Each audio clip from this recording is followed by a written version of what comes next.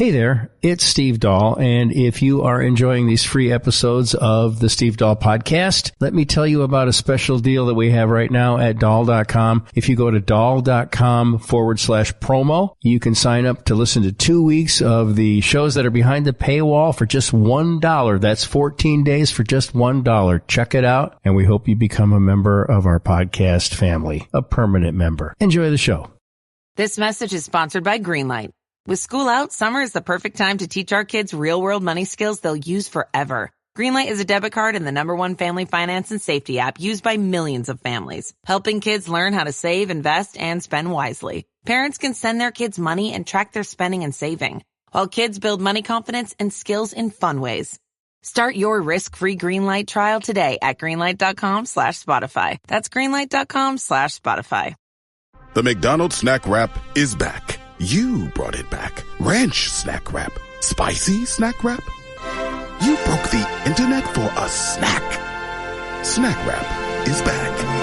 Ba-da-ba-ba-ba. Hey, business owners, we know you know the importance of maximizing every dollar. With the Delta SkyMiles Reserve Business American Express card, you can make your expenses work just as hard as you. From afternoon coffee runs to stocking office supplies and even team dinners, you can earn miles on all your business expenses. Plus, you can earn 110,000 bonus miles for a limited time through July 16th. The Delta SkyMiles Reserve Business Card. If you travel, you know. Minimum spending requirements and terms apply. Offer ends 7/16/25. This episode is brought to you by Progressive Insurance. Fiscally responsible, financial geniuses, monetary magicians. These are things people say about drivers who switch their car insurance to Progressive and save hundreds. Visit Progressive.com to see if you could save. Progressive Casualty Insurance Company and Affiliates. Potential savings will vary, not available in all states or situations. Hey, guys. Hey. It's Dylan. How's it happening today? Good. Yeah, just fine, Stever. Yeah? How about Joe? Everything okay with you? Very good. Yeah. Joe's wealth, that's 3, Steve. Can you I'm complete? happy that everybody made it back in one piece. Man. Not everybody. Well, I mean, you know. Oh, I don't matter anymore? Well, you'll be back. I'm kidding. I'm glad they made it back in one piece, too. Because I have to say, I skimped a little bit on the tickets, and I had to put them in dog crates. Mm-hmm. And I saw them being loaded onto the plane, and I thought... No, dog crate. Yeah, the two of you in there. Yeah, but it was like a crate for like a Rottweiler. I mean, it was a big crate. It was, yeah. It's the biggest one they make. Uh-huh. I mean, it's almost like you could put a pony in it. It's that big. Well, yeah, so... I got it from my dad. He had it left over from his pony picture days. That element was very nice of you. I will give you that. Yeah, some nice horsehair in there. You can make a paintbrush while you're flying. You know, you fun stuff. Splurged. Yeah. I know all the DIY painters and the professional painters out there just got a kick out of that horsehair joke, and that's just for you guys because I know that's what they make the good brushes out of. Wow, the horsehair. So our show is so tailored to the specific. Mm-hmm. We'll have to do that. You know, as part of our subscriber of the day, we can harvest some information on these people and just sort of build a whole show around either their first experience seeing you, their profession. This is a great idea you've just stumbled on, Steve. Well, thank you. What are bad brushes made of? Oh, like plastic, I think. And donkey hair? I don't know. I think they're made out of some sort of, synthetic material. A horsehair brush is what you want, bro. Mm-hmm. A nice purdy. A purdy, yeah. Oh, yeah. Now we're taking it, now we're going Manuel labor right here. Yeah. Trabajo mucho. Uh-huh. When I want to splurge, I'll buy myself a purdy, a nice, Yeah. Mm-hmm. Oh, yeah. A 3-incher, 5-incher, what do you like? They got them all, man. Depends on what you're doing. A little trim. You're doing trim work? Trim? You want to go with a 1-inch, maybe? Yeah. A half, 3/4 inch? Mm-hmm. I think it's a 1-inch, probably. For your trim work. What are you using for tape? What do you tape? How you taping it off? You using the blue stuff? I still use the blue. Yeah, I can't splurge for the other stuff. There's other stuff besides the blue? Oh, there's some. Yeah, there's a green now. Yeah, it's become ridiculous. It's a scam. It's all a scam. Like the blue works fine. It's all, they're used to, what happened to regular old, the beige tape, and then they came out with the blue tape. Right, it's just regular masking tape. Masking tape. Yeah. Although I think the blue stuff doesn't stick quite as hard. Maybe. I don't know. Well, let's just put less glue on the beige stuff. Well, then you wouldn't know which one is which. I know. And you try to put masking tape on a box that you're putting up in the attic, and it would fall apart on you. Joe, there's a reason for things. Yeah, but it was for masking. That's not box tape. Yeah, it's strapping tape, right? I mean, there were. Well, no, I understand, but there are people. I see a Brendan taking his Sammy Sosa tchotchke up to the attic someday when he finally when he moves in next to Sam. Mm-hmm. Next to Sam. Well, probably just in her garage. He'll just move into her garage. I'll sleep in the garage, but I'll use all the facilities, right? Don't do that, Brendan. Guest house. The 85-incher. Yeah. It's a nice garage. It's got a... Sure. The Sklar's are known for their good garages. They're garage people. Yeah. They caused me to want to up my garage game, and I think I've got a pretty okay garage right now with that. I got a new floor, and not new, but I mean, I got the speckled floor. Which people still marvel at. And I went around, Janet and I went around and cleaned everything and got rid of the junk. We got the new garage door from Doors by Russ. Wow. And I always want to say LiftMaster, and I think I'm always wrong when I say LiftMaster, but I got let me just double check. Master Lift doors. Did I hear somebody just go ahead and drop or knock down a swig of good old roast to order coffee right there? You sure did, yeah, the house blend. Yeah. I am suffering down here, guys. And I know you think it's all sunshine and lollipops and rainbows everywhere. But I am... and pizza boxes. Yeah. You know what? I'm going to have to transfer the pizza to a bag today, Brendan. Okay. In response to your question yesterday, I think that it's decanted a little too much. Sure. And now the fridge smells not only like if it smelled just like pizza, I'd be okay with that because there's really nothing else in there except soft drinks and a few olives. Doug, you put a dent in that olive jar, bro. Oh, yeah, man. I'd take 5 at a time. Which is totally cool. I'm blown away by I love olives, and your love of olives is greater than my own. It's insane. I was realizing that as of late, but I buy a jar of olives every week. Yeah, a jar of giant olives. This is a jar of 60, at least queen size, right? Pimento stuffed. Yeah. And I was worried when I bought it. I thought, well, Doug likes olives, and I do too, but this might be too many, even though if you look on the jar, olives are good for, like, Joe, you know this as a Spaniard.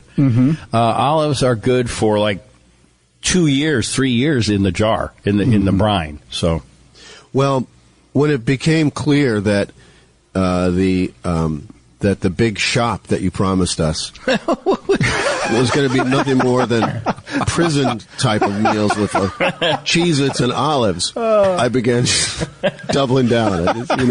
There's nothing. I thought we'd go out. We went out. We did go out. We went out for breakfasts and dinners in the same day. Yeah, we did. We went out. But, they were bitching about, what about lunch? Yeah. Come on, man. We just ate at like 10. Yeah. But we don't eat till 7. It's too much time. We got a grueling ball match coming up at 2. we got a carbo load, bro. All right. We should have. The last time that we went to the store, did I stay down for a long time after you guys left? Because I don't remember, but I'm leaving on Friday on a jet plane. And, but I do know, I hope I'll be back again. I'm very aware of what like last night I went to the store. Oh. But I only got egg witches, of which I'll have one extra. What do I do with that? Feed it to an alligator, I guess. Sure. Hey, you like eggs? And turkey sausage? That's delicious. Let that cool for a second. Yeah. And that's real cheese. Yeah. I can't eat eggs without ketchup. It's up to you. Oh, I finally figured out what people meant last year, the year before. I've lost a couple of years here because of the COVID. But when they said to shake, I think you guys even said to shake the ketchup bottle. Yeah. Mm-hmm. I don't have to shake it. I just have to give it one jerk, right? And then the water goes away when you squirt it. Yeah, you just give it a solid. Yeah. Mm-hmm. Yeah. But why just limit yourself? Well, why not make sure you're not going to bruise the ketchup? Yeah, I know, but I mean, I know, but I just give it a good violent shake. Mm-hmm. You know. Sure. Yeah, and then you want me to do it more like a shake weight, like walk around like. What are you doing? Well, I'm working on my wrists and getting a nice blend of tomatoey spices and 90 seconds each arm. Okay, all right. There's a girl on TikTok whose thing is she goes to gyms and then she does sit-ups. She asks a guy to hold her feet, and then she does sit-ups. I've done shit-up. That's embarrassing. At least a fart up. Yeah. She does sit-ups, so she's coming right up to the guy's crotch, and instead of like holding a dumbbell or something, she's holding a shake weight, and she's shaking it. Oh, man. Guys don't know what to do. It's kind of awesome. That and the girl that wrestles catfish. Have you seen her? No. A cute little, I think I want to say she's somewhere down in southern Kansas, but she's a cute, hillbilly girl. It's a hillbilly family. And, they do this thing, I think mostly for fun, where they go underwater, they dive down and they grab these giant catfish and they wrestle them to the surface. That's a show that's been on TV. Yeah, I've seen that. River Monsters. I don't know if this is the same hunters. Girl, but she's got a lot of followers, so maybe. Mm-hmm. But you stick you use your hand as bait almost because they don't have teeth. They just kind of slurp onto your head. They do give you like hickeys and stuff. Right. Mm-hmm. Yeah. And then you've been cupping. Yeah. And then right. And then they release most of them. I think they release the big ones because they're out of respect. Mm-hmm. But I think they eat the smaller ones. Whatever. It's interesting.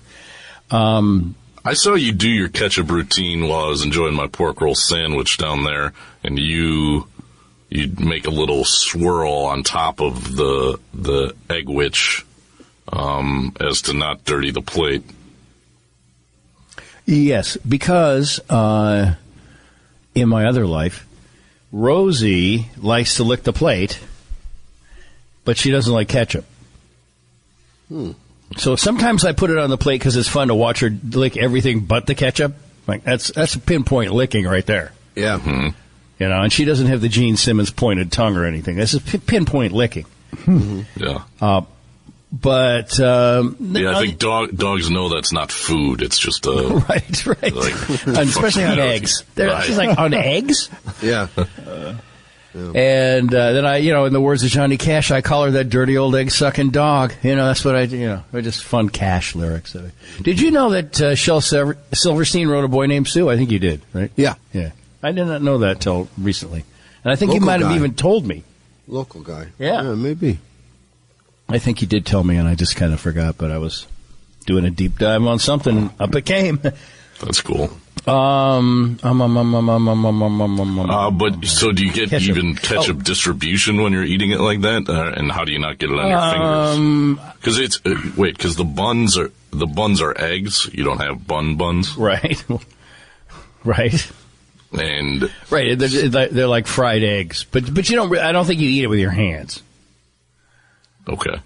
I mean, I don't. I eat it with a small fork to make it look bigger. Oh, since it's my breakfast and it's only about 4 inches in diameter. Right.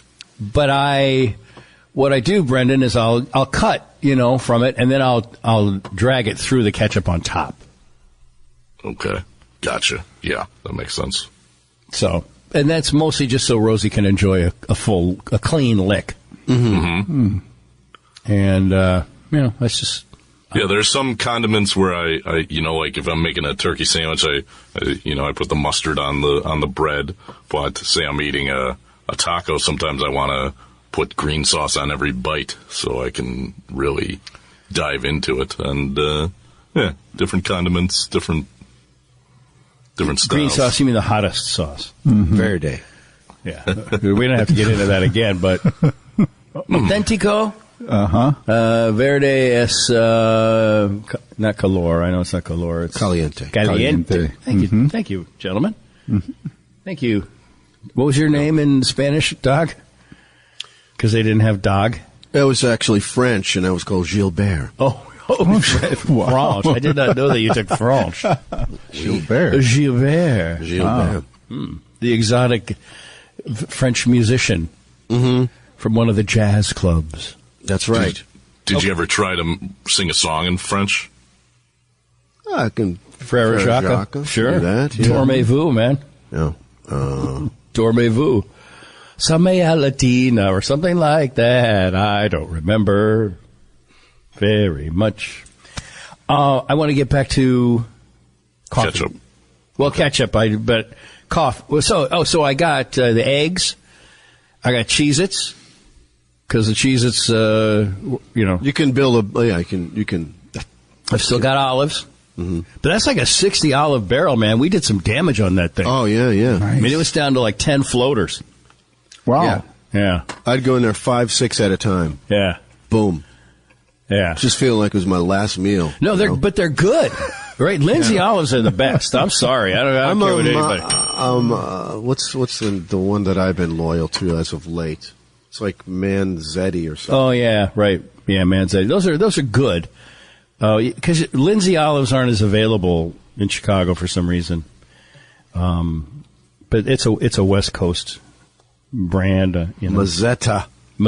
Those are that's my go to, in the Chi.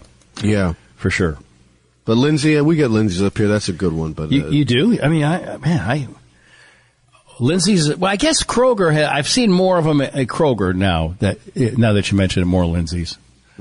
So I'm big on olives. My grandfather was the president of the Olive Board, National Olive Board. Boy. Olives. I got olives in the blood. I'd love to have met him. He was pretty cool. In fact, so I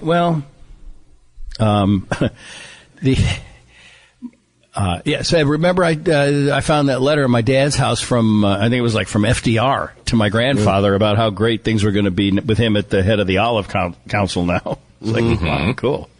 But then, sadly, he moved out to California because the U.S. was beginning to, ramp up its own olive production, which I believe he helped oversee. And out in, out west, I'd say Central California, Paso Robles. Mm-hmm. It means what does that mean, Joe? I know Robles are oaks. Oaks. Mm-hmm. And Paso would be like the way, like a road or something. Yeah, Paseo. Yeah, like a road. It's Paso Robles, so yeah, like a pass of trees. Go through a pass of trees. And so he was, and some of that is done out like where James Dean bought it. Oh, yeah. He was a low down, bad refrigerator. He was just too cool for school. Yeah, I don't know if you remember that one. James Dean Eagles. From the On the Border album. On the Border LP, that's one right, of the Doc. First LPs that I bought. That was a good one. It is a good one. I'm Already Gone. Yeah, and Midnight Flyer. Mm-hmm. The banjo going on there. Yeah. Yeah, right. They had, was it Meisner, Randy Meisner? Bernie Ledden. Bernie Ledden on the banjo. And then Randy Meisner was the original bassist, I think. Yeah. Eagles trivia now for you for 2000. So what were we just talking about, guys? Oh, the Olive Board. Yeah. All right. FDR. So James Dean. So the roads up there in Northern California, they're 2-lane roads and they're wide open, and James Dean could have been the guy that ran into my grandfather for all I know, but he was in an auto accident up there, checking on olive groves. Well, was it the same year as James Dean's fatal wreck? I honestly, your dad killed him. No, my grandfather. Rebel without a seatbelt. No, he almost killed my grandfather. is the way I look grandfather. at it. Yeah. I don't know, but he was in a really bad car crash up there, and I never knew him pre that. So it had to be, before 19. I mean, I was born in 54. I was probably aware of shit in 58. So it had to be before that. And he was never quite the same. And I think he had to resign from the olive board or, was put out to pasture or something. And your other grandfather was a pilot for Buddy Holly, right? Yeah. Yeah, he was based out of Clear City, Iowa. And, he was, we do, it's funny because I'm so particular about the maintenance of my vehicles. And although I will admit, Joe, my bike tires are still underinflated. So that's got to drive Joe crazy, right? Yeah, a little bit. Yeah. I'm going to ride it today. Although I was very excited to hear you have a compressor down there. Oh, I do. It's like a pro compressor too. Like one of those 60-gallon barely ones. used. Wow. No, I use it all the time. Filled up. Mm-hmm. I mean, top off your tires and car tires. I mean, as much as I need an air compressor for, I suppose I could buy some tools and stuff and, start doing pneumatic shit. Small engine repair or something. Yeah, sure. Anything pneumatic, I got it. Now I got take the tires off, and then fill them. Or practice to be on a pit crew someday. I don't know. The 23-year-old Donald Turnupseed was the driver of the Ford Tudor that was crashed into by James Dean, and his mechanic was driving with his Porsche mechanic was driving with him. So, if that's your grandfather, no, 23-year-old Donald Turnupseed, I bet he was in the turnip business up there, or just like Johnny, he was spreading turnips. Yeah. And that's the guy my grandfather was after because they wanted olives there, not turnips. That's olive country, not turnips. Get away from that tree. Those branches stand for peace, but there will be no peace if there are turnips on this land. You don't put a turnip in a martini. Yeah. So I have olives. Olives run deep for me as well. So now, I'm trying to get back to where I was because I think I have. First off, Brendan, when you ran to the front and then back to the back here to where we are, you ran 5.5 miles. Excellent. It's 275 to the front, not 150. Okay. Wow. That's a fucking... no wonder you had to put your sweaty, filthy, stinky shorts into my dryer. Imagine all the stuff coming off of the hot zone. 5 miles. It's almost a 10K. Yeah. I just dried in my shorts. Oh, did you wash them? Nah, they're just a little wet from my run the other day. Oh, yeah. Fine. Good. Oh, way to go, Brendan. Hey, can I just lick your balls while we're at it? I mean, what? My God. That's why I bleached the shit out of everything yesterday. Sure. The day before yesterday. Just know that when you're out of the shower, you're wiping your face on Brendan's hard-working junk, man. Yeah. No, that towel went right back into the kid's bedroom. Oh. My sons can deal with that. I put a note on it, though. I said, Brendan wiped his ass with this probably. No, come on now. Well, no, like the crack. Oh, let's talk about it. Dried his ass. I'll change it to dried. Let's do that. Don't you run the towel through the crack, guys? Preferably with the leg up on the tub, so you get a nice wide opening. I drag it across the rug like a dog. Then you go back and smell it. Yeah, do the taint. Yeah. That's me, all right. Mm-hmm. That's them trying to relieve their anal gland usually, but then sometimes that means they have worms, right? Mm-hmm. Yeah, like Staley, right? That's Staley the bear. Yeah, well, he's got a bad case of the worms. Yeah. Man. He's always running his ass along the... Well, not that often because they don't score that much, but... Get him over to the vet. He even does it on field goals, which I think is cheap. It should just be one cheek. Well, thanks for doing the math on that. I do appreciate it. It's nice to know how long I ran. 5.5 miles. Yep. Well, yesterday when I went to get my booster, which I have some... the lady, the lady in my phone was telling me how to get to the Walgreens because it wasn't my Walgreens that I usually go to down here. And she said, take the road right out in front here for 2.75 miles. And I went, whoa. Because that's all the way to the front gate. Uh-huh. I thought, man, he ran a lot farther than he thought, so I thought, you'd want to know that. No, that's good. And now next time I'm down there, I know. Yeah, 5.5. That's good. Cool. Yeah, it's impressive. I mean, if I ride my bike to the front and back, I got to lay down for a day. Janet has to keep pouring water on me, alternately hot and cold. The fan is on high. There's two small hills. Oh, yeah. I didn't know what gear to use. I got an egg sandwich. I got Cheez-Its. I got Tide laundry detergent. The the pourable kind. Janet doesn't like the pods.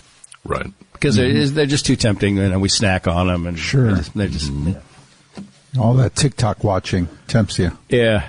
Yeah, she doesn't like the pods, but that's because Janet and I love Janet so much, and I miss her so much, she does not reseal things.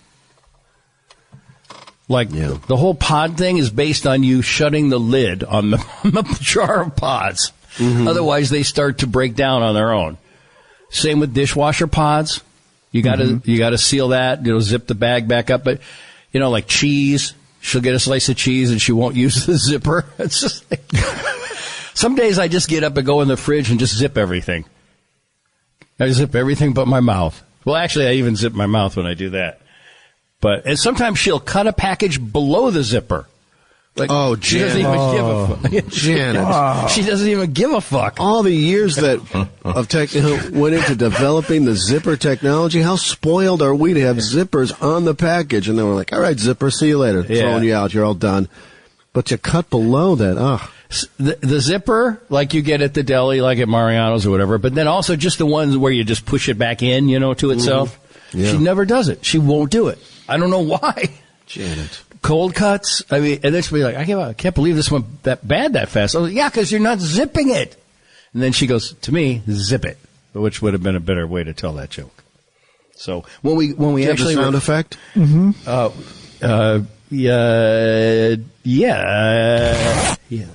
But when we go to do the show, it can be used for above the waistline stuff. Yes, it can. Thank you for pointing that out, Doc.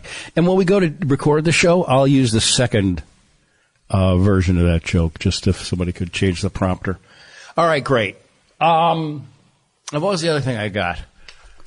Coca-Cola. And, but I did also accidentally, my favorite ice cream combination down here is the Bluebell Pistachio Almond and the Rocky Road. And I like to mix them. It's kind of my own, half-assed rainbow cone, I guess. And heretofore, I've only been down here for, it'll be 2 weeks. Well, it was a week last Saturday, and today's Wednesday, so almost 2 weeks. They had last night. The Publix that I go to was stocked. I went there like about 8:30. Stocked. I mean, we're getting ready for the weekend, and so they had. I almost bought a half gallon of pistachio almond and a half gallon of Rocky Road, and I thought, dude, you're leaving on Friday. Wow. Well, they didn't have any smaller containers. You're leaving on Friday, come on.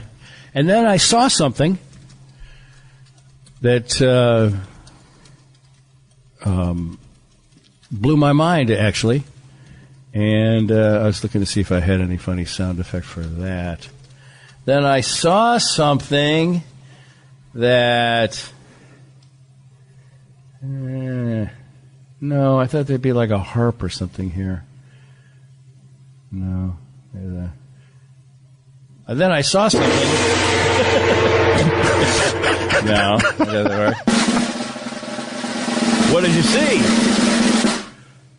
No. I saw Bluebell has cherry vanilla. Oh, wow.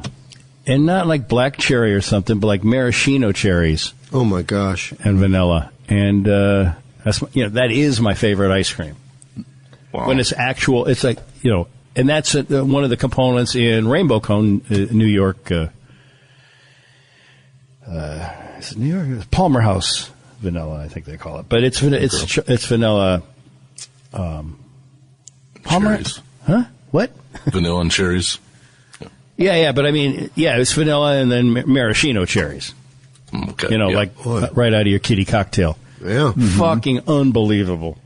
With the pits and the sticks in it? No. Just they're halved. Mm-hmm. It's like that time we went to Royal Scoop and I made the guy look around for the cherries. Yeah, dig it. Yeah, he wanted a vein. I wanted a vein. Let's find a vein of the cherries, man. Last time, all I got was vanilla. I'm paying for cherry vanilla. And he goes, it's the same price. I know, but I want some cherries. So then he kept holding each scoop up to, is that enough? Yeah, that's good. But this thing's like loaded with it. It's really good. So you abandon all other flavors, or you got? No, I just got that. Yeah, just that. But it's still a half gallon. It's too much. But so now this shouldn't become some mission of yours. No, but gotta finish this ice cream, man. Bluebell ice cream is really low in calories, and it's really tasty. I don't know what they do. I know they've killed a few people over the years. Probably before they talked, before they squealed. No, but I mean, they had that recall. And salmonella or something down there. Yeah, right? And I think that's probably they were just experimenting with flavors and new flavors. Things get out of hand. Sure. Yeah. And I mean, what are you going to do? They also had a new flavor, coconut cream pie. Oh wow! But when I saw the cherry vanilla, well, that's some discipline right there, Stefan. Oh yeah, because the old you would have had a half gallon of the. Right, I'd have 2 gallons of ice cream. In my easy. fridge. Right, if Joe was down there with you, come on, Mr. Black. Come on, and then we could trade them. We'd work on one Feed each straight other. straight out of the box. Yeah. Hey, you want this one? Let me have that one. Oh God. We just pass it. We're eating off of a. Brennan, you were in the ice cream biz. What do you call that flat scoop? I don't know. The scoop. Flat. Yeah, scoop? You know that flat one? Yeah, I don't remember. Did you at Whitey's? Did you use a scoop with a lever on it? No, we had to use the old fashioned one with it's kind of like I can't describe. I know what you mean. It's like a half of a circle, but then the sides are cut out. Yeah, like a sexy bikini. It's going up the thigh of the scoop. Mm-hmm. Yeah, we had to use our arm strength. You can apply sexy human features. I love ice cream. I might actually. I was thinking last night. All right, ice cream sitting. This has been half an hour, so I will see you next week at the same time. I want some stuff you can work on here. That guy is here. The ice cream guy. Yep. Yeah. Your turn. Yep. But I thought last night, wow, what about ice cream sitting? Oh, on a half gallon like that? Right, polar plunge. Mm-hmm. Oh, exactly. Just something to think about. That's all, but the thing about like this cherry vanilla, it's only 200 calories per serving, and a serving is 2/3 of a cup. That's pretty good. Mm-hmm.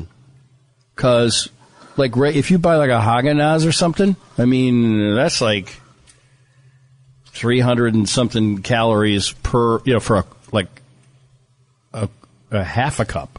So, see what I'm saying? I do. Saving calories. But it tastes good.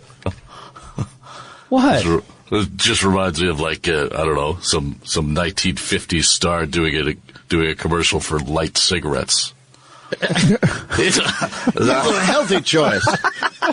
Well, soothing for my throat when I've got a busy day of acting ahead. Well, I'm not saying to only eat ice cream, but at the end of the day, I like a little reward, and so yeah, for sure. If I can get, do want the less damage I can do, the better. That's all. I mean, I guess you guys don't care about my health or my living. No, we do. So that's fine. No.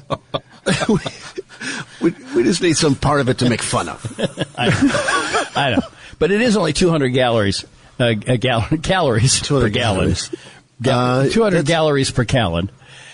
And even the I think the stuff with the nuts in it is like 230. So I mean, I'm saving calories even off of my two favorites. There you go. So yeah. So that's yes, sir. Did you talk about what you had for? Were you one meal, Steve? You had a breakfast sandwich yesterday. Let's say, did you? What did you do for? Well, I went to get my COVID shot at Walgreens. Had a 5:00 appointment, and when I got there, it was a bit of a clusterfuck, as I was expecting, though. Yeah, because it's Florida, and the manager of the store, she was angry because she'd been there since 5 a.m. and it was now 5 p.m., which I get. Although, I mean, I don't know if they get paid by the hour, if they get overtime, if they're on a salary. I don't really know, but she was pretty crabby. And the dude giving the shots had also been there since 5 a.m. And he was taking about a half hour per shot. I don't know what the hell he was doing back there behind that screen with people, but I got there at 5. And there was only one girl working the counter, and there were like 30 people. Some of them were there for prescriptions, and others were there for their appointments. And the people in front of me, whatever. When it's your turn to go up to the girl, you tell her, and you have an appointment, and then she, gives you something to fill out. Although I filled all my stuff out online. And she goes, okay, well, I said, well, do I get some paperwork or something to hand to the shot guy? And she goes, no, my manager has to print it out. And I'm thinking, I hope it's not the one that I'm seeing stomping around here, because that's never going to happen. Yeah. And I used one of my new superpowers that I've discovered. What you got? Being nice. Oh, yeah. So this is an update on Florida, Steve, or is it it's extension just an update on me, because there's a me that would see that this thing is out of control, and I would try to figure out how to get control of it that would favor me. Mm-hmm. But I thought, this is so out of control, and my shot's at 5, and it's like it was 6 o'clock. Oh. And there were people in front of me who had gotten there at like 4 to get their shots. And they were all a little bit older than I was. I'd say maybe I heard all their birthdays, because you have to give your birthday. Most of them were born in the 40s. Mm-hmm. Or like, early 40s. So I'm going to say 80-ish. Mm-hmm. Oh. And, November 12th, 1943. 1941. It was right before my father went off to war. Oh, you were like a youngster. He was a grocer. Well, here's the thing. Janet has made me promise to shave every day. So I'm not only the youngest guy there, I'm the handsomest. Uh-huh. And anyway, I wait, and I try to get the attention of the guy that was giving the shots, but he's leaving. And I said, "Oh, you have to go home now?" And he goes, "No, I've got to go to another store." I said, "Okay." Oh. So it seems like Walgreens is hiring, because they didn't have enough people. And so then I saw him talking to the girl who was going to come on and do it, but she didn't come out right away, because I think she had to prepare the shots and stuff. And I tried to. There's that other window at Walgreens where we drop off a prescription sometimes. It's kind of a Dutch door, It's there. The bottom is a shelf, and then the top swings open and closed. And I tried to poke my head in there and see if I could interest anybody in printing out my form, but I didn't see anybody. So then I thought, fuck it, I'm just going to go stand by the probiotics. Did you know there's a probiotic for women called Ladybug? Ladybugs. Oh, look at that. Yeah, pretty clever. There's also, Brendan, and I don't know if this is for St. Patrick's Day. It seems kind of early. Maybe it's for Christmas. At Walgreens, they have isopropyl alcohol, like, clear, like we're used to. Mm-hmm. And then they have green tinted isopropyl alcohol. That's nice. Maybe. Yeah. Yeah. So maybe it's festive for winter Christmas. Yeah, Christmas, or I don't know. Maybe it's got a different concentration of alcohol in it. No, they've had that around for a while. It's just the smell. It smells minty. Really? Yeah. Minty alcohol? Like it has like a winter green. Like Really? Yeah. That can't be. I want to It's like a smell rubbing alcohol. Otherwise, I'm not going to think that I'm sterile. It's like it's a rubbing alcohol. You used to use it in bicycle races. You know? Oh, sure you do. Had that. The green stuff's the hottest. Yeah, You drop a little olive oil How's in the there. race today? Yeah. Don't worry, you're going to get that yellow shirt. Uh-huh. Yeah. I know how to make your shirt yellow. Yeah. So anyway, it was a total clusterfuck. But then when the new woman came to, she went and grabbed the assignment sheet for shots, and she was identifying all of the old people who were starting to turn.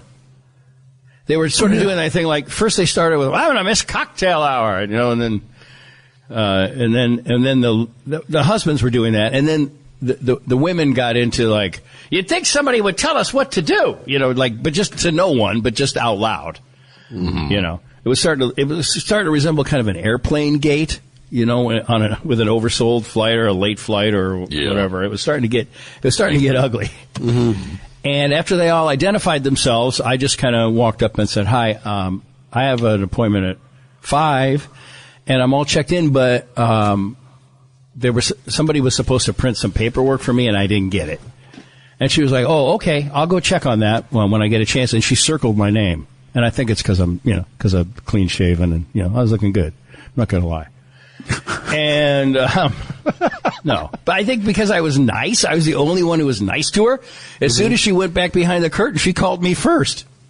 Right. And I had taken a walk because I figured this is going to be, I almost canceled. Mm-hmm. On my phone, you can cancel it. But I walked all the way down and got a bottle of water. And as I'm walking back, I hear Dahl. Wow. And then all the other people who turned out to be all very nice, they were just frustrated. They were like, Dahl, it's your turn. And I was So they were rooting for you. They were. And then I got the shot. I told the girl that it resembled an airport, a gate at an airport. She said, I wish I could fly away somewhere. And I said, me too. And then she said, where would you go? And I said, oh, here. So I said, that I was just giving a dumb, sympathetic answer. Yeah. And then she just jabbed me. Get the fuck out of here. No. She gave me the shot, got the Moderna, and off I went. But I did apologize to all the other people, like the people who were scheduled for 4:20 or whatever. Oh, but in that crowd, you're like, women and children first. So you're like you're the youngster. Well, no, I don't think it was like that. I think because my name was circled and because she had the paperwork, it just seemed easier probably to get, dispatch me first. Mm. So it worked out. But that's new. That was the new be nice and just wait and see what happens me. Wow. Because more often than not, if you wait, things will be apparent to you that weren't apparent before that will either save you embarrassment or cause you to, achieve your goal, possibly even in an even better way. So, So I got the shot and went and paid for the water. And, then I went, to answer your question, Doc, I went to that place by the pool and had the blackened grouper. Okay. Mm-hmm. Then I came home and it was only like 8:00. And I was like, now what do I do? Yeah. And, I don't know what I did. But, yeah. So I had a grouper and some shoestring potatoes. With malt vinegar on them. Ooh, and hey, ketchup. well. And ketchup. And ketchup. Mm-hmm. But the shot thing was, I felt bad for the people at Walgreens because they were except for the manager lady and the shot guy that wanted to leave at 5 because they'd been there 12 hours, which is understandable. So I'll carve out an exception for them. But everybody else was super nice, even though, there was. People were complaining about people who were getting prescriptions were complaining about the people in line for shots, and it's like it got But now I got my booster, so bring it on. Any soreness or any no symptoms of any kind or? No, not yet. Anyway. Okay. No, I didn't have any reaction to the first two. So, and I think I saw that you guys should be able to get yours pretty soon too. I think I've been trying to. I tried to book one the other day, but I don't think I qualified just yet. Yeah, I think they just applied to the FDA yesterday. And are you Moderna? Yeah. Yeah, I don't think they've applied yet. So I don't. I mean, honestly, I don't know, but it shouldn't be too long, right? I don't think so. Yeah. It feels kind of good to get that booster in you. I'm not going to lie. I mean, I don't know, but. Hey, can I ask, have you been to that, to your bike shop down there? Me? Yeah. No. Why? Okay. Just curious, because, he didn't like that place. Yeah, you had a rivalry with them. Well, the Trek bike shop, yeah, they're all like stuck-up assholes. Maybe not all of them, but all the ones I dealt with were. So you'll never go back there? If you have a problem with that bike, where do you go? Well, foolishly, I think, Joe, I've already copped to this. I bought the maintenance program. Right? Yeah. And then I tried to get it maintained, and somehow they fucked it up. That, like picking up the bike or me bringing it in, or I went and bought a bike rack to bring it in, but then when I brought it in, they were like, well, no.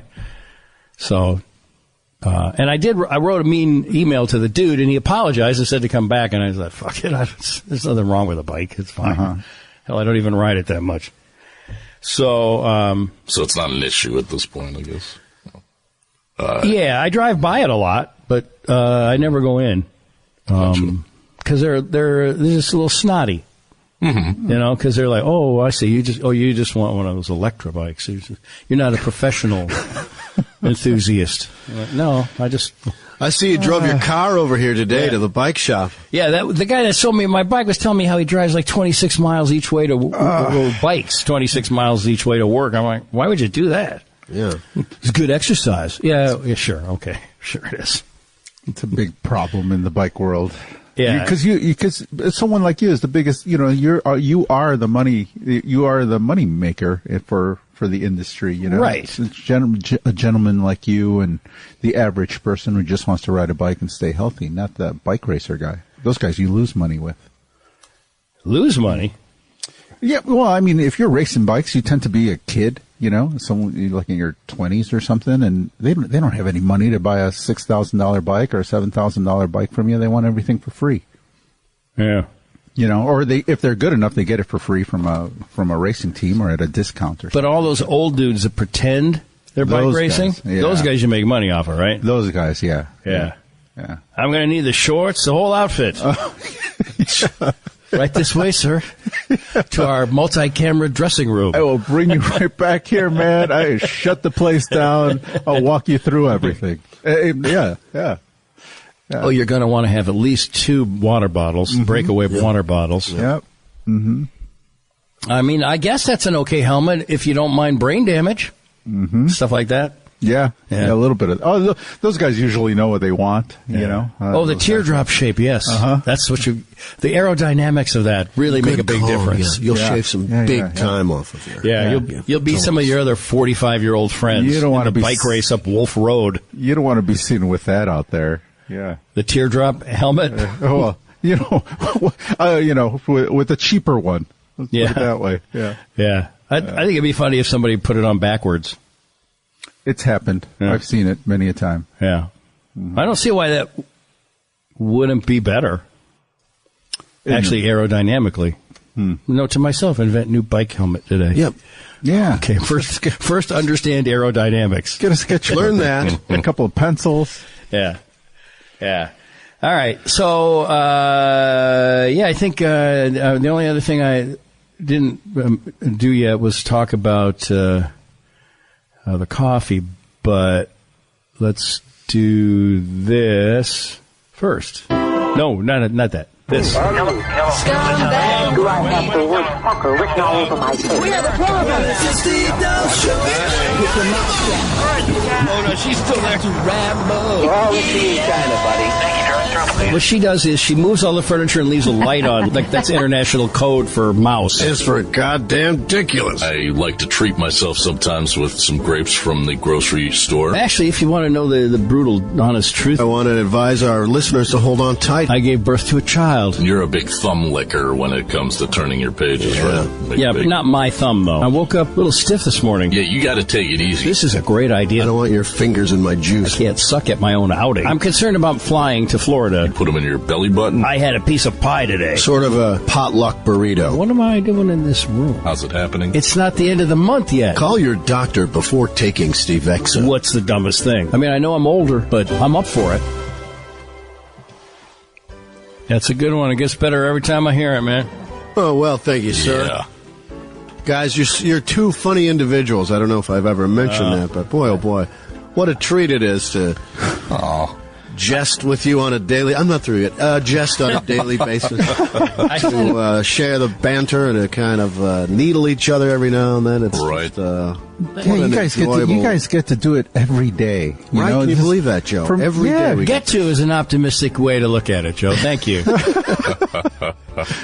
I see more as have to. Have to. Yeah. Yeah. Although when I'm doing it, I always enjoy it. Sure, yeah. Yeah. For me, this is like stepping into the batting cage and turning it up on high, you know, because the rest of the week I'm out there, you know, and people are laying the amateur comedy on me, you know, and I run circles around them. You know, I actually feel pretty good out there in the real world. You can hold your own with the pros. Yeah. They come in here and be able to, you know, wax them around is awesome. You know, it just gives me a little confidence going out into the world. I would like to say that I've seen some emails to that effect. I mean, I think this more recent last few years where you're on every Wednesday has really, I think really helped you up your game.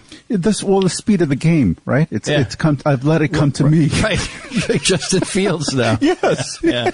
I'm starting to see. Everything's starting to slow down. It is starting to slow down. Imagine how slow it seems to me, or to Doug, or to Brendan. We text each other constantly, like we've got to pick up the pace. Yeah, this is too slow. Yeah, I had Sorry, go ahead. No, go ahead. Well, I had a guy email me. I'm going to give him. I'm not trying to bust your balls. No, not you. I would, but I'll do anything you want to your balls. Guys, we're on the air now. Oh! I got from Mark. Mark. I think his name is Mark.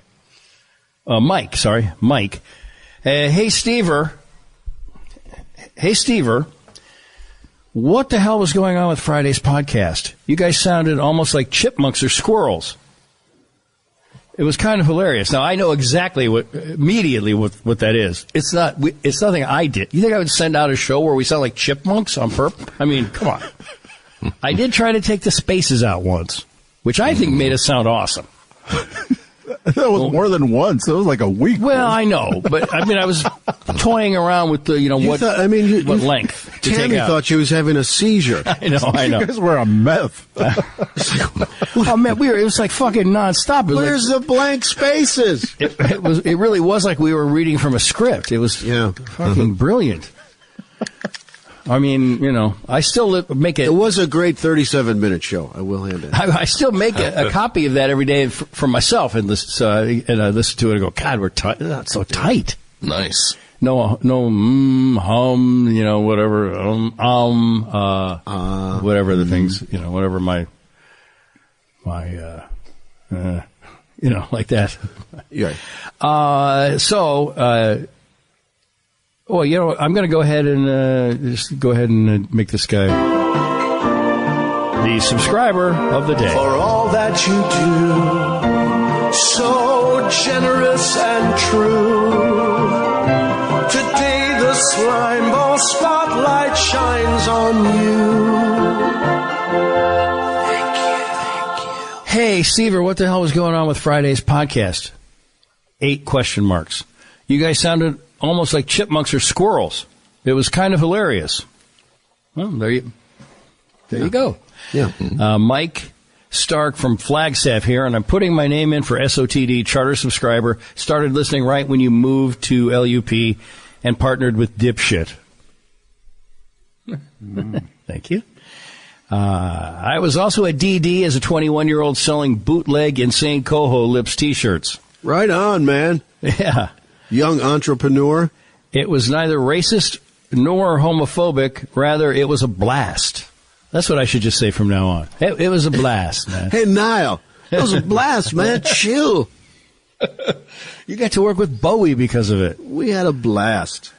Never made it in, but did make $75 cash that evening, which is $75 more than I made. Although one could argue, over the course of my career, thanks to that, yeah, things have gone okay for me. As a land surveyor, I've weighed in on your property situation with your neighbors. Speaking of neighbors, how's that going? I think we're good along the back fence line. That's it for now. Speaking of now, you, Dog, and Grease are doing a bang-up jog. And job. Well, Brendan's jogs are amazing. Mm-hmm. A bang-up job, Mike from Flagstaff. Jesus. I know. Right after I said I was a pro, too. Yep. I said, Mike, check your playback speed on your podcast app. It's probably set at 1.5 or 2x. That's my guess was going to be that. Yeah. Glad you made some cash on DD night. Neighbors are under control. Smile face SD. Mm-hmm. That's the kind of personalized service you can expect as a subscriber. Mm-hmm. Nice. Yeah. So that's good enough to qualify you, Mike Stark from Flagstaff, as the. What? Oh wow, that's the old slime ball theme. Haven't heard that. Yeah, I scrolled down too far. We can do that instead if you'd like. Yeah, mix it up. Do them both. Joe, you don't have. You heard him. Mix it up. You don't have director's cut authority. Mix it up. Yeah, go for it. Yeah. All right. Yeah, bitch. All right. So, Mike from Flagstaff, you're our Dollcast Slime Ball subscriber of the day. Taking your money since 2020 with Slime Ball. Slime Ball. Yeah. Thank you. All right. The show, as always, brought to you by you. You know who you are. You know who you are. You're hearing this. It's you. It's you. Yeah. Unless you're stealing it, and you need to stop doing that. I don't think anybody... I have ways of checking, and nobody is. So, just... JK. David Hochberg. With it, we also get a little help from our friends, our podcast partners, such as David Hochberg and Team Hochberg. 855-56-DAVID, 56david.com. For a mortgage, for a refi, for a HELOC. For I'm going to use my HELOC. I got to do the pool, redo the pool next spring. They asked if I wanted to do it, if I wanted them to start this fall. Oh yeah, that's smart. Get a jump on it. Well, I know that's what I thought, but then they empty it. And then they sandblast it and do all the stuff they have to do to prep it, but then they have to fill it back up for winter. I was like, huh?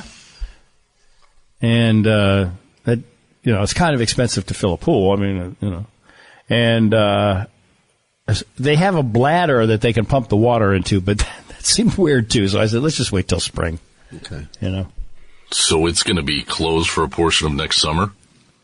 Well, I mean, if they start in the spring, by the time it's sort of swimming weather, that should be done, I think. Okay. I'm not really sure. I mean, if it's closed for, a few weeks for remodeling, then it is. Well, they got to keep the water in there so the walls don't heave, right? So they don't cave in. Is that what it is? Yeah. It needs to have, some pressure being exerted upon it so it doesn't shift in the ground and stuff. Interesting. Yeah, well, Pool it's kind of scary. Because so if you're in an empty pool, it could just collapse on you?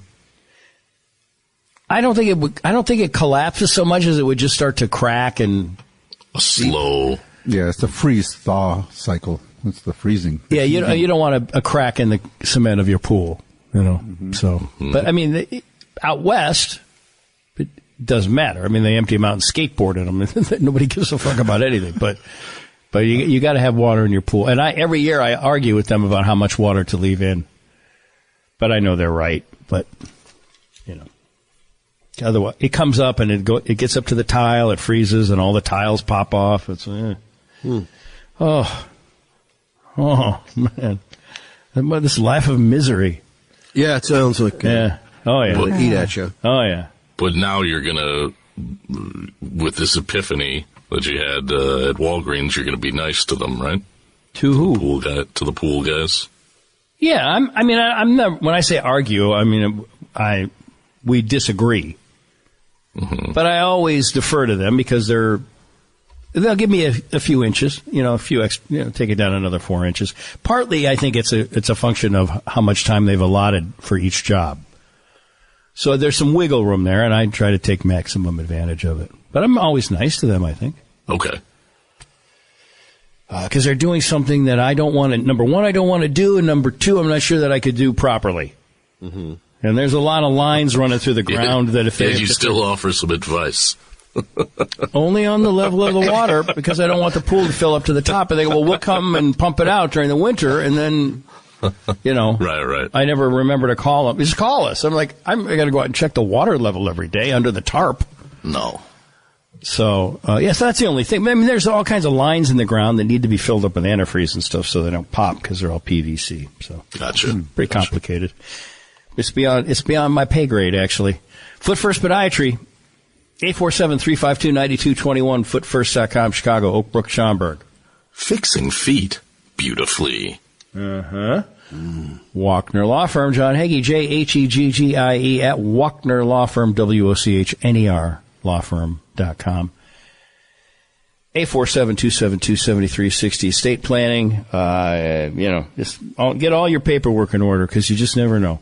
And as somebody who has lived through having to deal with an estate that wasn't planned, albeit all of it came to me, so I had extra motivation.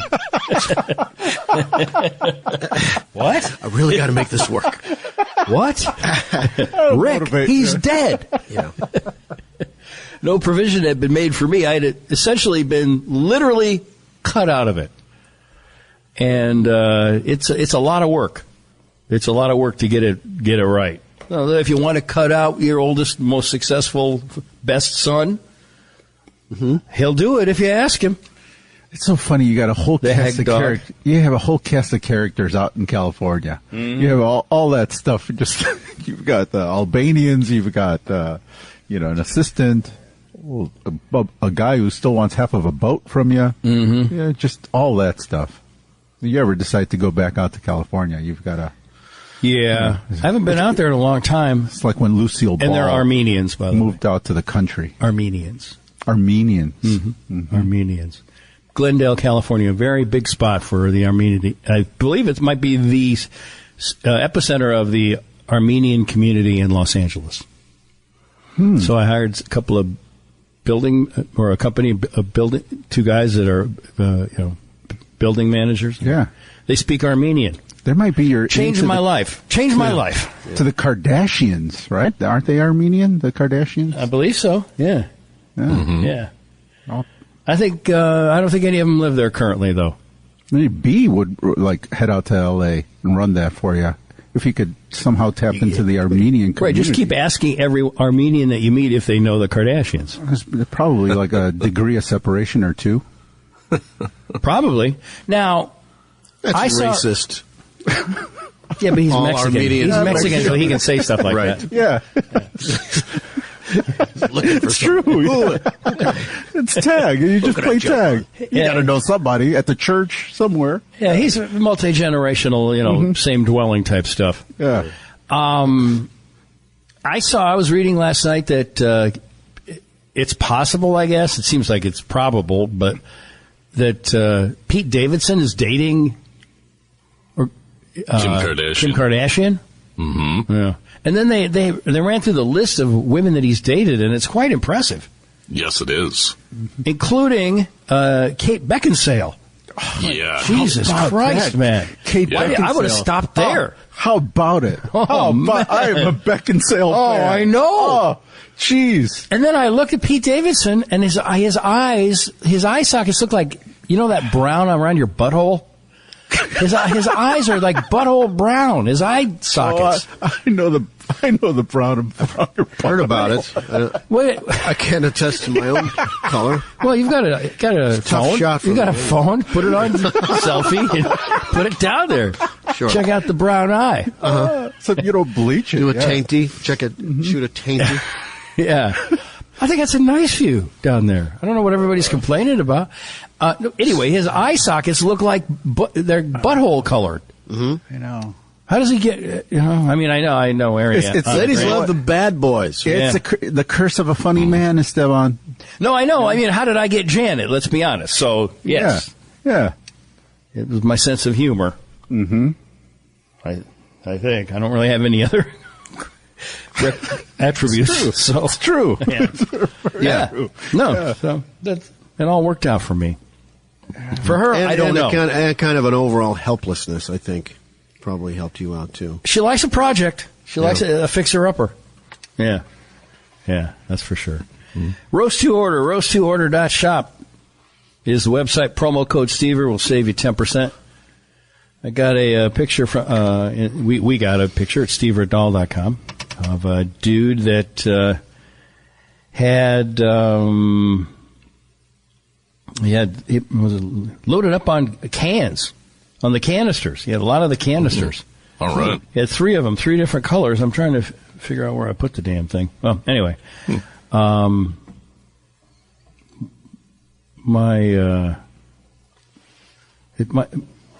My management of here it is. Jamie. Now, his name can't be Jamie Google. Jamie Gould. He sent a picture of. He's got 3 canisters. He's got the turquoise one, I guess, teal, the stainless steel, and the brown one. Nice. On the counter. Loving the black. Loving the backsplash, Jamie. Very nice backsplash. I'll show you guys a picture. Cool. I don't know if I can show you, Joe.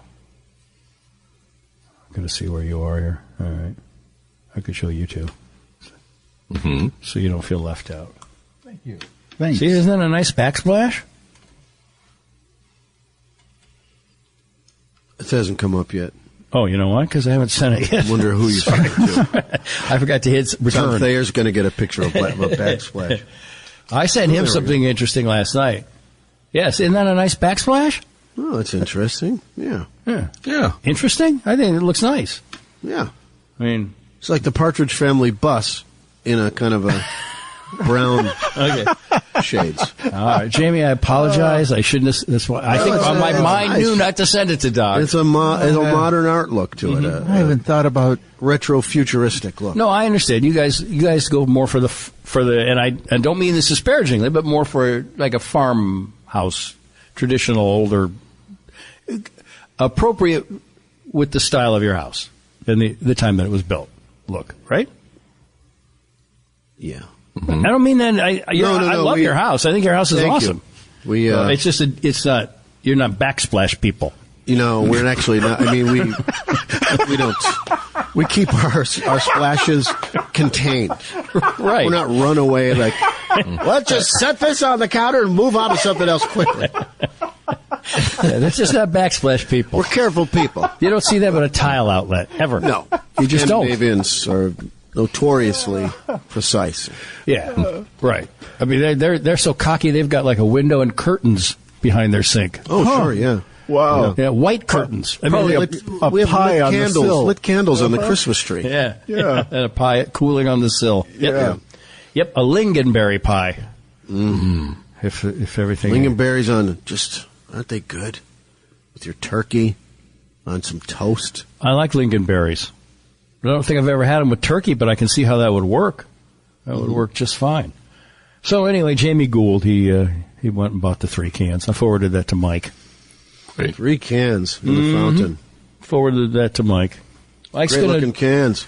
Yeah, they are. We got one. I got only one at each. One here and one up in Chicago, but one's enough. Mike's going to be at Zany's on the 14th. Mike Mascot. All right. Excellent. Opening for us. No, just in the audience. All right, so what else is in the news? You seen this? Yeah, Mike will be there, and as I mentioned yesterday, I think Jim Fabrini will be there because I bribed him, and so I'll put you on the show on December 14th if you start up in December, not January. And I guess that's good salesmanship, or is it just blackmail, or I guess just bribery? Whatever. Yeah, it's got a payola feel to it. Yeah, I guess so. You grew up in that era. A little bit. Helped perfect that. Yeah. I never received any payola. I know people who did. Yeah. I think they did. Although I worked for a station where the payola came in the form of the record companies buying commercials on a family-owned station.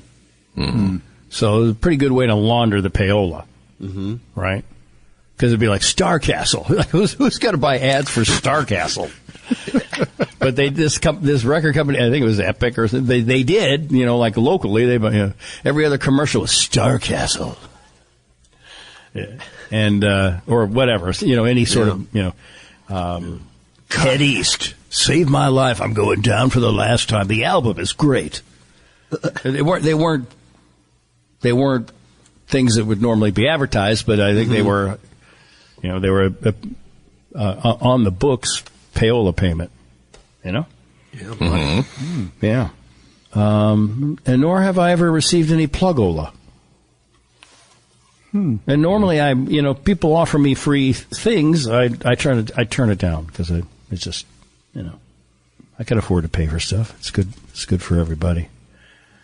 Right? Yeah. Yeah. If you, by the way, it rose to order if you sign up for the newsletter, the Brews letter, as coined by Mr. Julin. Well, you'll receive even better discounts, and you'll be able to keep up to date on any new flavors and new gift sets that he's got going and all that. Zany's, I don't know if there are still tickets left. Just go to Zany's Rosemont and click on the 14th of December. And at this point of day, I'll always remember. And pick up some tickets. And we'll see you on the 14th. And don't forget the store at Dahl.com.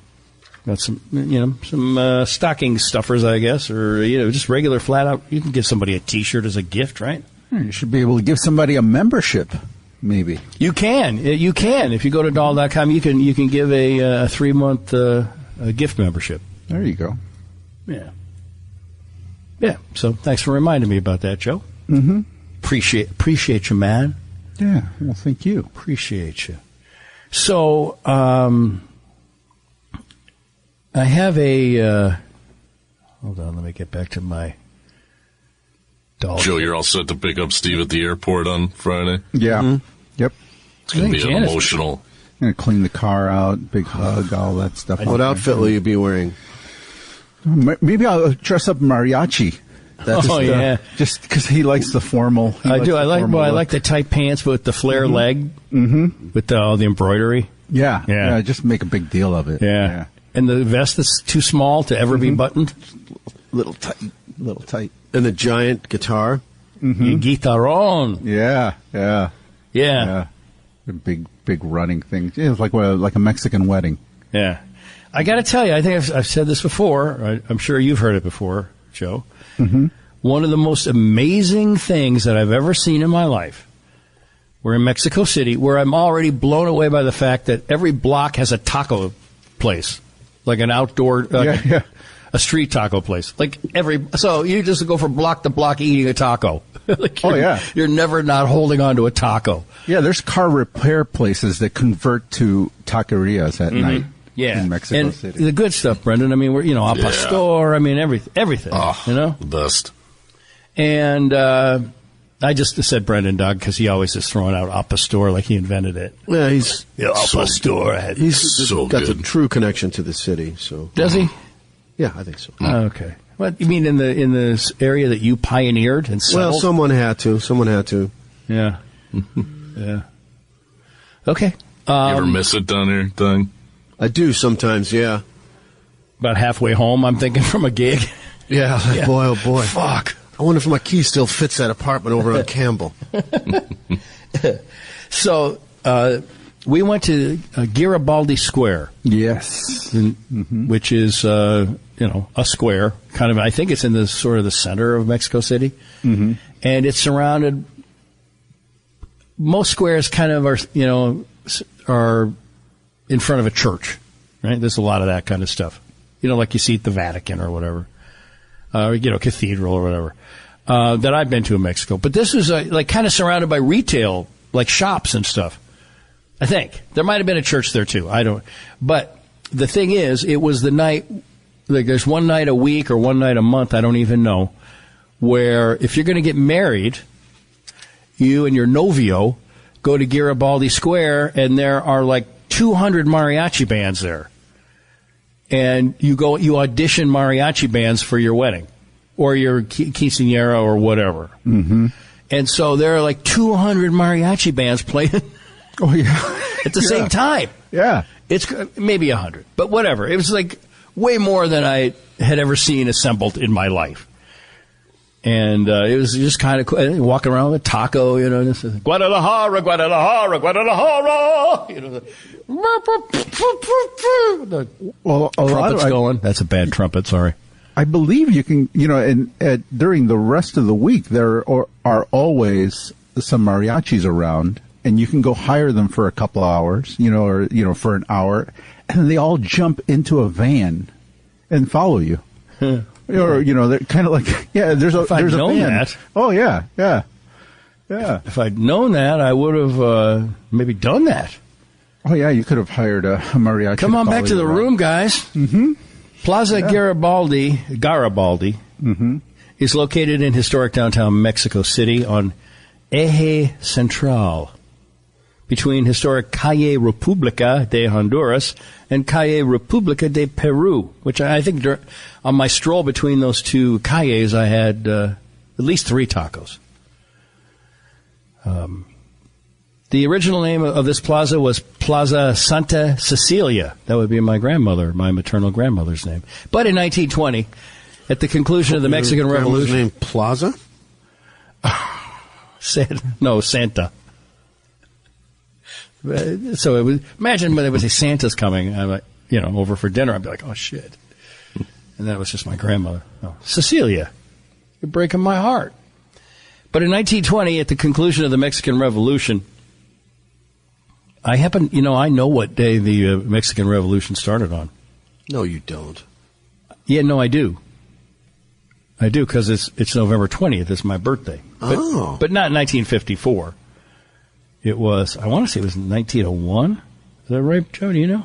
I don't know off the top of my head. Oh, man. They're not teaching critical Mexican theory in school? Oh, man. God damn it. What's going on? CMT? Oh, by the way, so on CMT tonight, the CMT Awards are on ABC. Always one of my favorites. And Country music. Yes. Country music, the CMA Awards, I guess. Country Music Association. And there's no one here for me to irritate when I bring my guitar out and try to play along with all the songs. Oh, man. Which is probably good. Yeah, 1910. Pancho Villa. Oh, nice. Viva Zapata. Did you say Bon Jovi? No, I did not yet, but I'm going to. Did you say Pancho Villa? Oh, Pancho Villa. I thought you said Bon Jovi. Well, that's probably how they say it in Mexico. Yeah. Mm-hmm. So, yeah.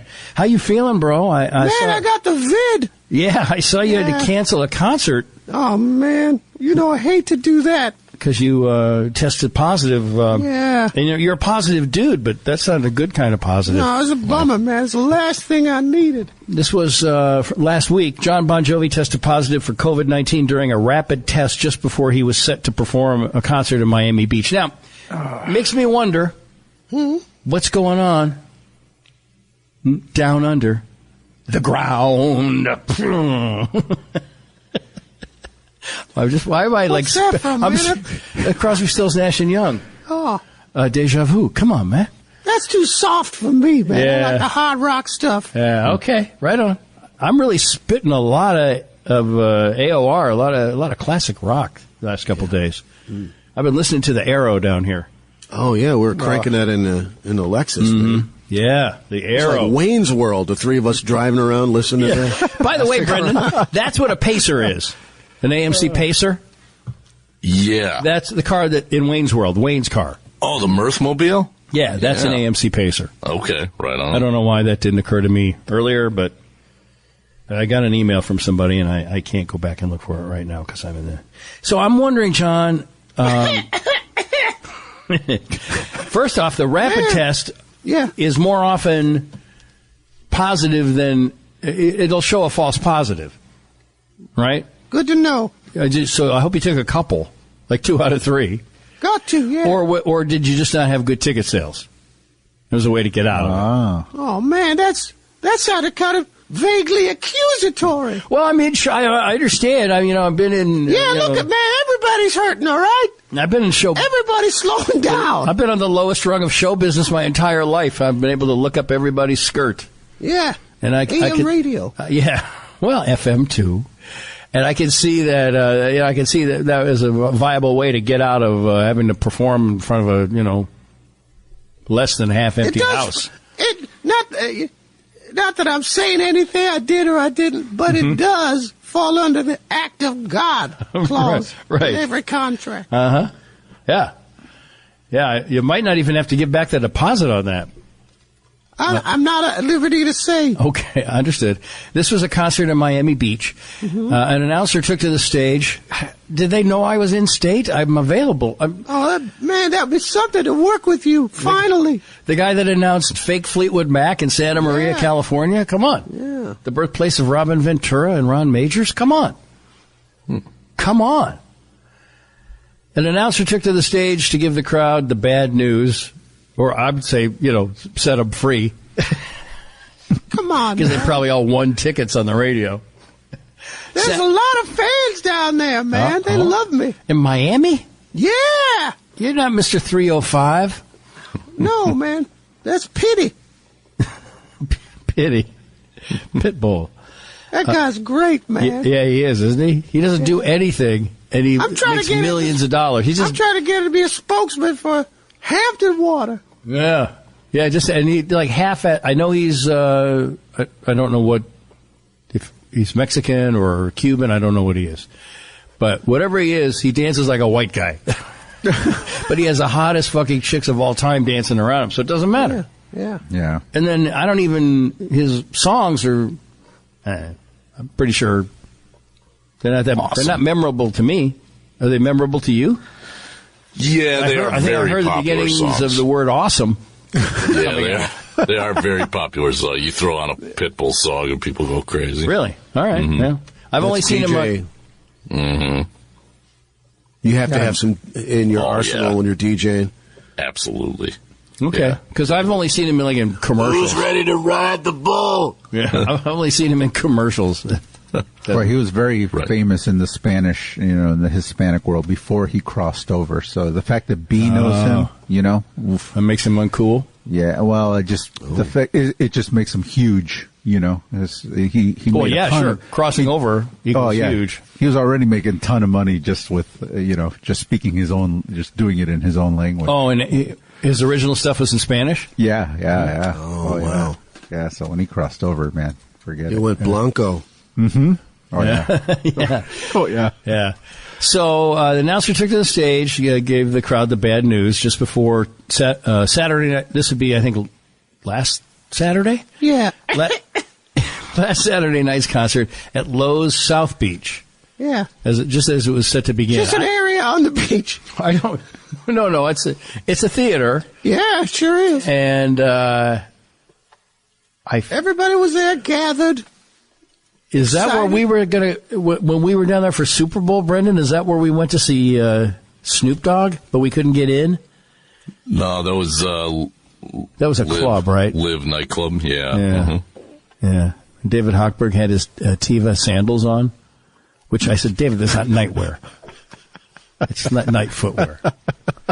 Come on, bro. Be cool. It's not real footwear to you ever. And then we went back up to where my car was parked on the top level of the parking structure, and there was a guy had his girlfriend bent over the railing and was boning her. Wow. Remember that? Oh, you stayed. I went. I right? Or did I promise you guys I'd take you all to the strip club and then I just took you home anyway? Or was that just my boys?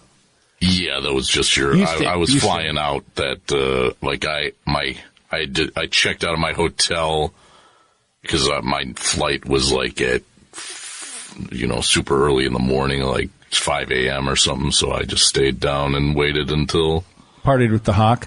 Then went right to the airport. Did you ever get into the Snoop Dogg show? No. Yeah. No. And my boys wanted to stay and do whatever, because, it seemed like there was fun to be had there, but I loaded them up in the car, and I promised them that we'd stop at Pure Platinum, the strip club, but they all fell asleep, so next stop, Taco Bell. Got some Taco Bell, took it home, called it a night. Bon Jovi, 59, and his bandmates took rapid tests just before the concert, and Bon Jovi tested positive. Man. He is fully vaccinated. That's the thing, man. Breakthrough. Yeah. That happens. It happens, but because you're fully vaccinated, you didn't end up in the hospital on a ventilator. Ticket holders were required to show proof of vaccination or negative test results to get into the concert. The highlight of a 3-day hotel package consisting of up to... The highlight of a 3-day hotel package costing up to thousands of dollars a person. John feels great, the announcer told the crowd. I wouldn't say that. Now, see, had I been, I would have done something. He brought some very, very bad news. John has tested positive, and he's backstage, and he's shaking, and of course he always shakes a little bit before a show, but he's had the chills, feverish.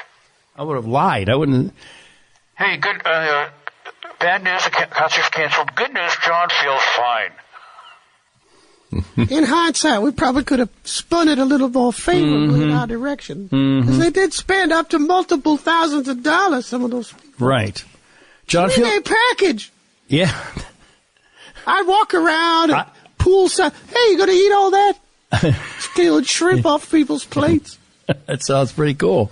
You'd never run out of Hampton water, right? Oh, everyone gets some. Yeah, no. You just go by, you or your fat, lazy son just goes by and tops off people's... Tops off everybody. Yeah.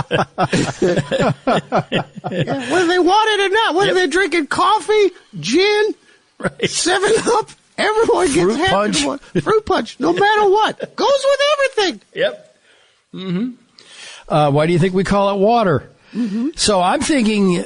Yeah, I feel that I'm going to stick with my original assessment that I don't see enough people taking part in a 3-day hotel package trip to Miami to see Bon Jovi on South Beach, where you really don't fit in.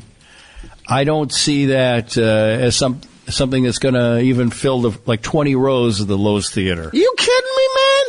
No, I'm not. No, I think you did it to get out of it. We had the whole half of one floor of a medium-sized hotel booked with fans. You get the kind of numbers I'm talking about now? Sure. Right? My bad. Picture a medium-sized corridor, cut it in half. 6 doors on either side. You do the math. One of those boutique Art Deco hotels, too. So it's like 4 rooms. Right, near the airport. Yeah. No, on South Beach. That's where the best ones are. Whatever. Why couldn't you be positive and just go out there and just be isolated from everybody? Yeah. Yeah. Use the Flaming Lips, bubble. Safety ball. Yeah, or just put a mask on. Uh-huh. Yeah,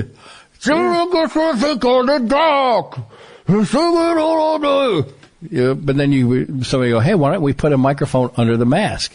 And that'd be super, so we'd hear all of your throat sounds and, But it seems like you could have still gone on somehow. Yeah, just kept mum about it.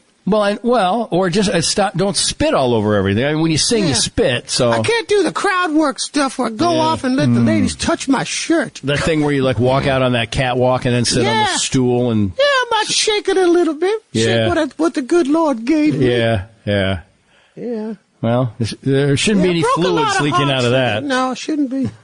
Not at this point.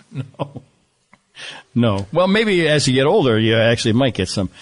John feels great, the announcer told the crowd, adding that the Livin' on a Prayer singer, boy, it must frost your so many songs, man. Your go-to, everybody always, that's the go-to, Well, you don't want to quote Bad Medicine. Not a health-related issue. Yeah, no. I mean, I guess it's your biggest one. Yeah, right. Not on the health. Sorry, Brendan. It's fun. Bring the fun. Yeah, I mean, I guess that's your default most famous song, right? Yeah, it's at weddings. Yeah. Funerals. Get-togethers. Meetings. Parties. Right. It's multi-purpose. Gatherings. Multi-purpose. Yeah. Well, good for you. I'm feeling great, though. Frankly, I was expecting a little bit louder cheer when the announcer said John was feeling good. That's why I was really leaned in to listen, and it didn't sound like that was enough news to placate them. Yeah, I would have said, gosh, if he's feeling okay, let's maintain some distance. Yeah. Right? Yeah. Otherwise, have all those dozens of pissed off people storming back to their hotel. There's kind of a fun fact that I know, and I know you know, or possibly you've forgotten about Living on a Prayer. John Bon Jovi did not like the original recording of. You didn't like the song when it was written. No. Yeah. And you also didn't like the original recording. No, I'm very particular, man. Yeah. So it was hidden. It was a hidden track on 100 Million Bon Jovi Fans Can't Be Wrong. Mm-hmm. Well, that's the original recording is hidden there. Yeah. But when you wrote it, I don't have the right article here. You had some self-doubt about it because he wrote it. You wrote it? No, I think they wrote it. Hold on. Just give me one second. I'll answer the question about self-doubt. Yeah? A lot of times when you're writing something, sometimes you just know, like, man, I got another one. The kids did it again, man. Boom, hit machine. And then sometimes just like, you wonder, You never know. It's a creative endeavor. You put yourself out there. Understood. So your feelings, your thoughts, ideas, remembrances, goals, wishes. Understood. Tawdry details. I want to play Tommy used to work on the docks. The union's been on strike. He's down on his luck. It's tough. I don't know who this is. So tough. It's supposed to be the story. After 4 decades in the industry, Desmond Child has some major bragging rights in the songwriting world. I've had over 70 top 40 hits, and my songs have sold over 300 million records. Yeah, Desmond Child. Basically wrote it. You and Sambora would go get him coffee and stuff. Yeah, we were in the room. What's the name of a good dock worker, John? I don't know. Johnny? Johnny. I'm standing right here. If Johnny had a girlfriend, what would you be called? From Jersey? Yeah. Gotta be Tina. Gina? Gina, yeah, that's gonna work. Can you go give me another Diet Coke? Sure, Desmond. Desmond used to work on the dock. It doesn't work, man. But Desmond, goes to Molly or whatever in the marketplace does. Yeah, I get that. How does that one go? Desmond has a barrel in the market. Right. Molly is a singer. I better get down to my real voice and sing. Molly is a singer in a band. So, as it turns out, when you left the writing session, you didn't even like it. No. And then you didn't like the original recording, and then it's your biggest song. So, yeah. How does that ever make you think? I think History shows my instincts can sometimes be a little off. Right, but somehow, in spite of your instincts... Yeah, ass backwards, man. Yeah. I mean, if it were left up to you, you'd be probably playing down here by the pool today. Yeah, possibly. Yeah. Or, I don't know. But, I mean, that's your biggest song. I'd be covering that song.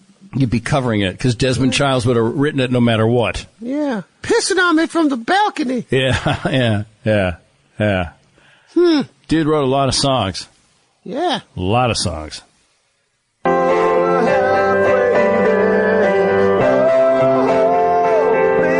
Was he working it out on the piano like that when you and Richie were just there with your guitars on your laps, like not doing anything? Yeah, it's like, what chord is that? Yeah. That's a girly sounding song, man. We want to rock. Look at our jeans. We got boots on. Come on, Desmond. Leather jackets and all. When he wrote Living on a Prayer in the early 80s, he was far from a newcomer. Desmond already had a successful run with Kiss, Cher, and his own group, Desmond Child and Rouge. But it was when Paul Stanley recommended him to John Bon Jovi that everything changed. It opened a lot of doors to work with Aerosmith, where I wrote, Dude Looks Like a Lady and Crazy and What It Takes and Angel, and Joan Jett, I Hate Myself for Loving You, Michael Bolton, How Can We Be Lovers If We Can't Be Friends, Cher, We All Sleep Alone, and Just Like Jesse. But he's saying you opened the door for him, at least. Like a gentleman would. All of those songs were happening at the same time. In fact, there was one moment where I had 5 songs in the top 20. Although it was decades ago, Desmond will never forget the writing session where Living on a Prayer was born. I wrote Living on a Prayer with John Bon Jovi and Richie Sambora. Notice he doesn't say we wrote. No, he did sort of steer that back to him. Yeah, I wrote. Got a whiff. Came into the room without any idea. And there was an old upright piano in the little apartment that I was staying in. Accurate so far, John? Yeah. Yeah, all right. Upright. I belonged to a friend. I thought it was a spin it, upright. Okay. Just remember it differently.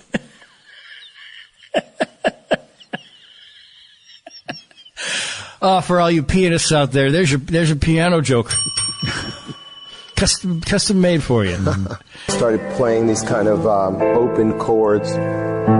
Easy chords. Yeah. The three already had some major momentum going. Just 3 weeks before, they penned another Bon Jovi chart topper, You Give Love a Bad Name.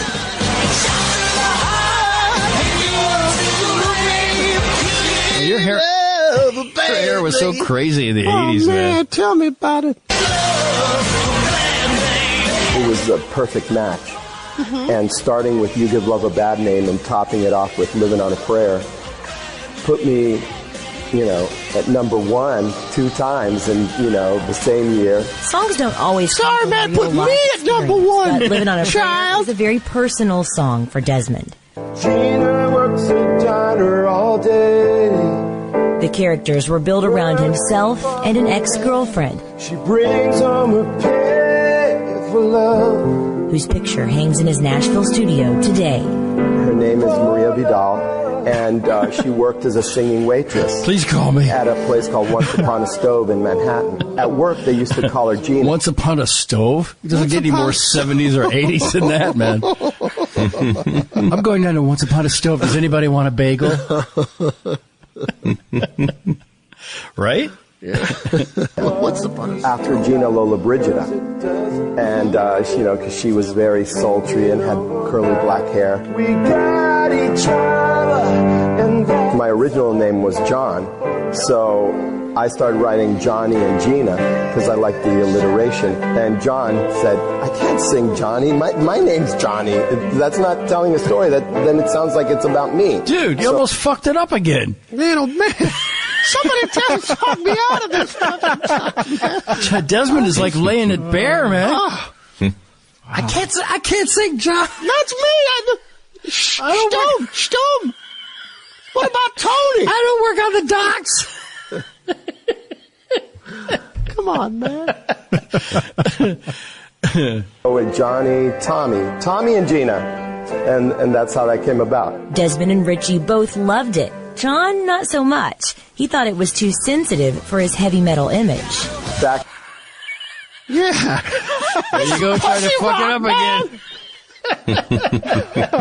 again. So you don't know shit, as it turns out. Oh, I gotta be showing the light sometimes. Yeah, okay. Is that John didn't want to record it. I'm beginning to think that Hampton Water wasn't your idea. No, that was Jesse. Your fat, lazy son. Fat, stupid Jesse. Did it again. I tried to say, no, man. Rosé, come on. It's a lady drink. They drink it like water up here, Dad. Yeah, come on. Call it Desmond Childs and get a name for it. It's a crowded field, man. Think of something else. What about a sports energy drink? Yeah, that's wide open. Yeah. So Richie and I had to literally get on our hands and knees and beg him to record it. They worked the song to give it a little more edge. While you're down Dummy, there, you're a fucking dummy. beg me. Maybe I will. Get on your knees, bitch. Bitches. No wonder Sambora left the band, man. Yeah. Yeah, on his knees, he still comes up to right to your eyeball to eyeball, though, doesn't he? It does help for meaningful conversation. What was originally a no-go became Bon Jovi's biggest song. I didn't exactly rock it that hard. No. No. I mean, harder than Desmond Childs playing it on the piano, but... Yeah, that sensitive stuff. Yeah, no, we had a rock and roll feel to it. Yeah, sure. I just had some guitar, I guess. Electric guitars cranked up, drums pounding and a away. four on the floor beat. Yeah. Thumping bass. Boom, boom, boom, boom, boom. And all right, well... angelic sheen of background vocals. Way to almost fuck it up. We actually changed the chorus of pop music with that song. And led Desmond Child to having one of the most... Change the chorus of pop music. Yeah. You're welcome, pop music. He said we on that one, so he's even giving you credit for that. Yeah. Well, my name's on the fucking song, right? I mean, it's on the Bon Jovi album. Yeah, well, you're not only making... hello, I'm Bon Jovi. You're not only making the publishing, you're making all the royalties off the recording, too, so you showed him. Yeah. Yeah. Right on. Dumb old small apartment with a piano. Upright. Whatever. That you remembered as a spinet. Allegedly. The Steve Dahl Show is done right now. Okay, well, that was a pretty good show, I think, and I try to release one every month, but we do one every day, and if you like what you just heard, you're going to like the Everyday Show. Once again, Dahl.com/promo, $1, 2 weeks behind the paywall. Normally $10.95 a month. Check it out. Thanks.